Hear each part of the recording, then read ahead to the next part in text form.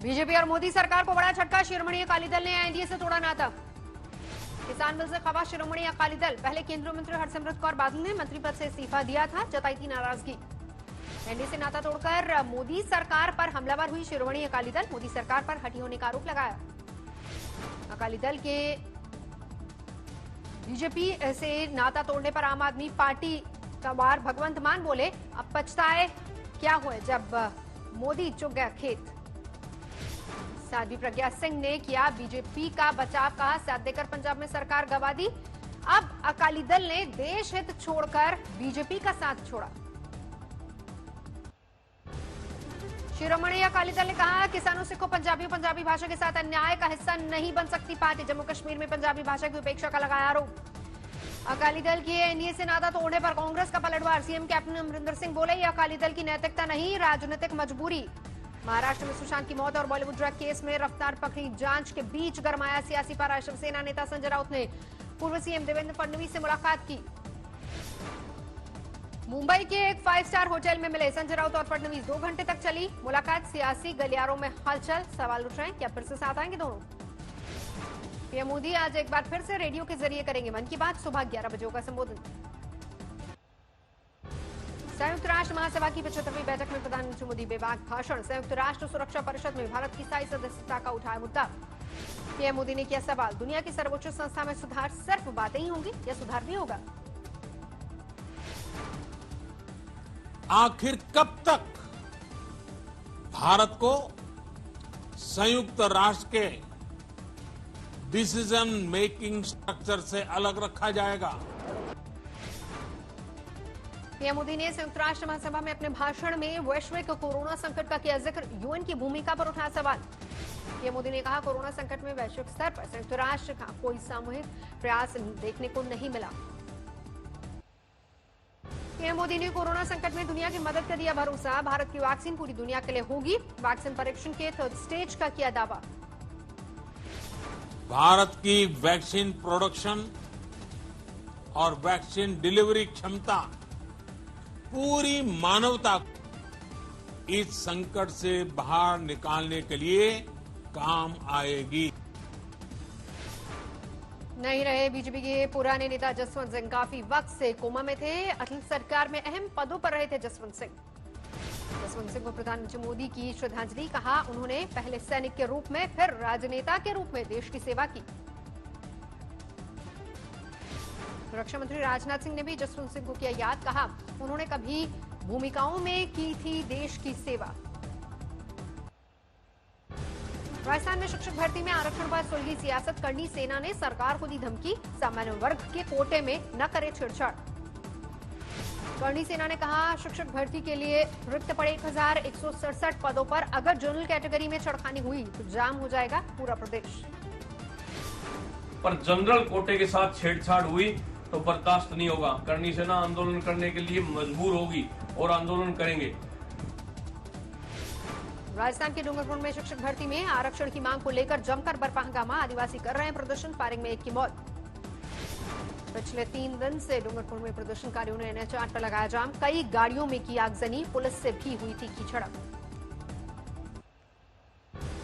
RJD प्रवक्ता मृत्युंजय तिवारी का बयान, चुनाव में खलेगी लालू की गैर मौजूदगी, लेकिन तेजस्वी पिता के सपनों को साकार करने को तैयार।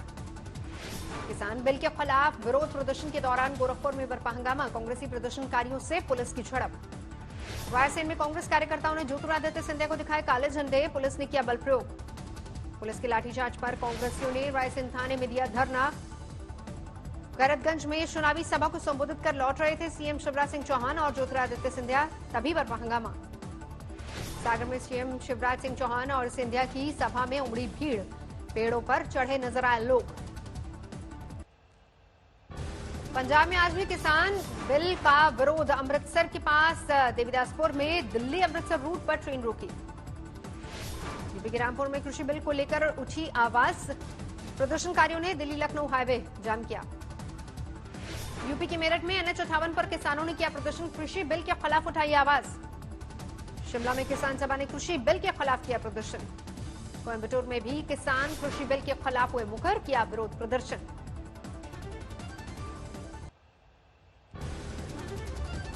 बीजेपी नेता उमा भारती को कोरोना, ऋषिकेश के पास खुद को किया क्वारंटीन। दिल्ली में कोरोना का बड़ा वार, एक दिन में 46 की मौत, 3300 से ज्यादा नए मामले। कोरोना वैक्सीन बना रहे सीरम इंस्टीट्यूट ने उठाया बड़ा सवाल, पूछा क्या सरकार के पास वैक्सीन खरीदने के लिए है 80,000 करोड़। भारत में कोरोना केस की तादाद 59 लाख के पार, एक दिन में करीब 1100 नई मौतें। महाराष्ट्र में एक दिन में 20,000 से ज्यादा नए मामले सामने आए, अब तक 10 लाख से ज्यादा पहुंची मरीजों की संख्या। बॉलीवुड ड्रग केस में एनसीबी की 3 दिनों की मैराथन जांच पूरी। कल दीपिका, श्रद्धा और सारा अली खान से हुई थी पूछताछ। एनसीबी की पूछताछ में रियल लाइफ की मस्तानी यानी दीपिका पादुकोण रो पड़ी, 3 बार ब्रेकडाउन का शिकार। दीपिका की रोने पर पूछताछ कर रहे एनसीबी ऑफिसर ने जोड़े हाथ, कहा मत खेलिए इमोशनल कार्ड, जो सच है बताएं, इसी में है आपकी भलाई।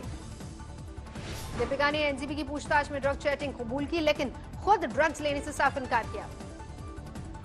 अभिनेत्री सारा अली खान ने एनसीबी की पूछताछ में किया कबूल, सुशांत सिंह राजपूत लेते थे ड्रग्स, लेकिन खुद ड्रग्स लेने से किया साफ इनकार, कहा पीती थी सिर्फ सिगरेट। एनसीबी की पूछताछ में अभिनेत्री श्रद्धा कपूर ने एक्सटर्नल यूज के लिए सीबीडी ऑयल लेने की बात कबूल की, जया साहा से ड्रग चैटिंग की भी बात मानी। एनसीबी की पूछताछ में सारा अली खान और श्रद्धा कपूर ने सुशांत के फार्म हाउस पर पार्टी करने की बात भी कबूल की। एनसीबी ने दीपिका और उनकी मैनेजर करिश्मा का मोबाइल फोन किया जब्त, होगी फॉरेंसिक जांच। एनसीबी ने फॉरेंसिक जांच के लिए सारा अली खान, रकुलप्रीत सिंह खंबाटा और जया साहा का भी मोबाइल फोन जब्त किया। एनसीबी ने सारा का 2019 से इस्तेमाल किया जा रहा फोन भी जब्त किया। एनसीबी ने सारा से 2017-18 में इस्तेमाल किया जाने वाला मोबाइल भी मांगा। सारा ने कहा मुझे नहीं पता वो फोन अब कहां है। सूत्रों के मुताबिक बॉलीवुड सितारों की पूछताछ से संतुष्ट नहीं है एनसीबी, पूछताछ के बाद किसी को क्लीन चिट नहीं दी। एनसीबी ने तीनों अभिनेत्रियों में से किसी को भी दोबारा तलब नहीं किया। शनिवार को किसी को भी नहीं जारी किया कोई समन।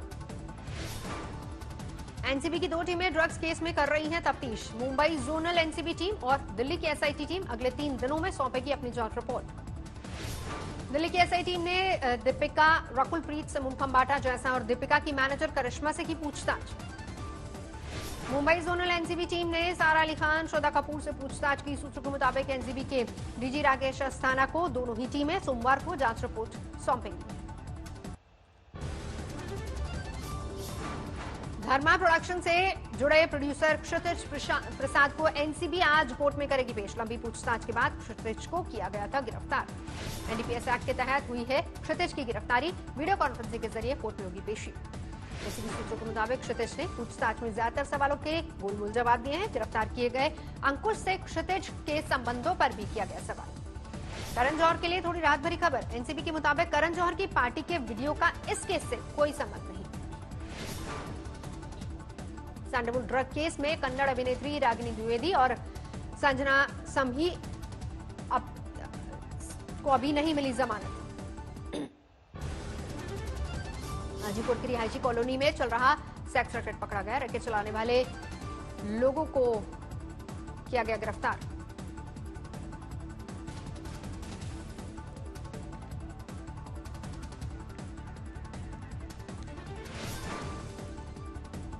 एक लड़की को 3 महीने से रखा गया था बंदा, कई नामचीन लोगों के नामों का भी हुआ खुलासा।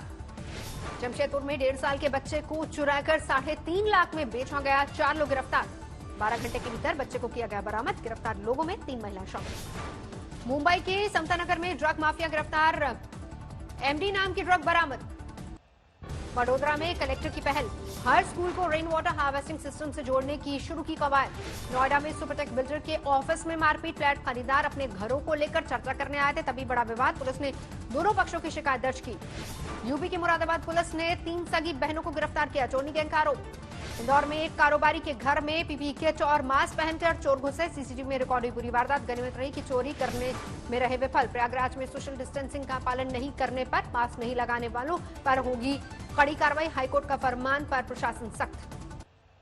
कानपुर पुलिस ने 4 तस्करों को दबोचा, ड्रग रैकेट से जुड़े तार। गुजरात की गुंडल में नदी में गिरी बेकाबू कार, 3 साल के मासूम लापता। क्रेन के जरिए नदी से निकाली गई कार सवार 4 लोगों को रेस्क्यू किया गया। छत्तीसगढ़ के कांकेर में एक पत्रकार के साथ थाने के बाहर कुछ नेताओं ने की मारपीट, वीडियो वायरल। ओडिशा के जाजपुर में 104 साल के बुजुर्ग की हर ओर सराहना, कोरोना काल में मजदूरों के बच्चों को मुफ्त में दे रहे हैं शिक्षा।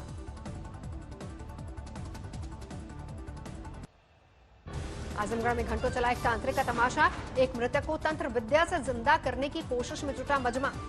मेरठ में चलती बस में महिला से गैंगरेप के केस में पुलिस ने बताया झूठा, अवैध संबंधों की पेश की दलील, एक बर्खास्त फौजी को किया गया गिरफ्तार। नोएडा में आपराधिक घटनाओं पर अंकुश लगाने के लिए चला ऑपरेशन प्रहार, 27 आरोपी हिरासत में। सीतामढ़ी में एक शख्स की गोली मारकर हत्या, अज्ञात हमलावरों ने वारदात को अंजाम दिया। जोधपुर के कोविड हॉस्पिटल में बेड से गिरी बुजुर्ग महिला, वीडियो वायरल हुआ, अस्पताल पर लापरवाही का आरोप।